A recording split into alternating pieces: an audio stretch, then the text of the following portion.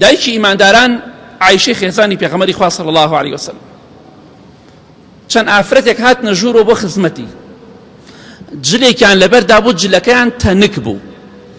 خوشکی بەڕێزم، جلی کوردی لەبەر دەکەی با باڵت دەرنەکەوێ، ئەم باڵە سپێ دەرمەخە بۆ خەڵکی، لە خوارەوە قاچت دەرمەخە بۆ خەڵکی، سینگت بۆ خەڵکی دەرمەخە، لە چکێ بدە بەسەرتاو بە حیا و بە حورمەتەوە بژی و بمرە.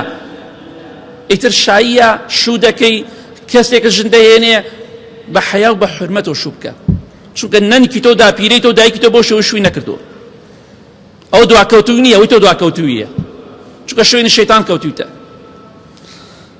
ئەم ئافرەتانە هاتن خزمەتی دایکی ئیمانداران عایشە ڕەزای خوای لێ بێت، جلی تەنکیانە بەراوە، تەنک، جلەکانیان تەنک بوو. دایکی ئیمانداران عایشە فەرمووی، وا نەزان عایشە تەمەنی زۆر بوو، عایشە ڕەزای خوای لێ بێت کاتێک کە پێغەمبەری خوا وەفاتی کرد ساسەم تەمەنی 18 ساڵ بوو، گەنج بوو، وا نەزانی پیرێژنێکی دگانێ دەمانەماوە قسەی کردو، نەخێر، گەنج بوو، گەنج. فەرمووی ئەگەر ئێوەی ئافرەت ئیماندارن، ئەگەر ئیماندارن باوەڕتان بە سوورەتی نور هەیە،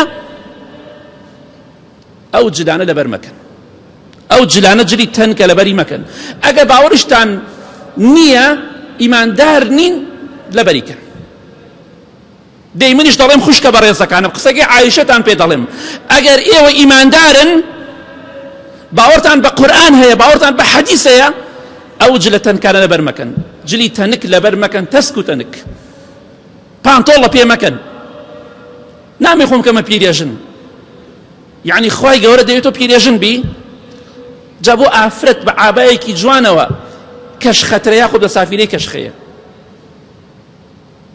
بۆ ئەوەی کە بە سافیرەیەک پیاو دەوێرێ، بە ئافرەتێکی ئابا بەسەر کە بە حیا و حرمەت بێ، خۆی بە قورس بگرێ، کەس پێ وێرێ، بۆ نابیتە پیرێژن. کاتە خوشکی بەڕێزم ئاگادار بە با نەبیتە خراپترین ئافرەت.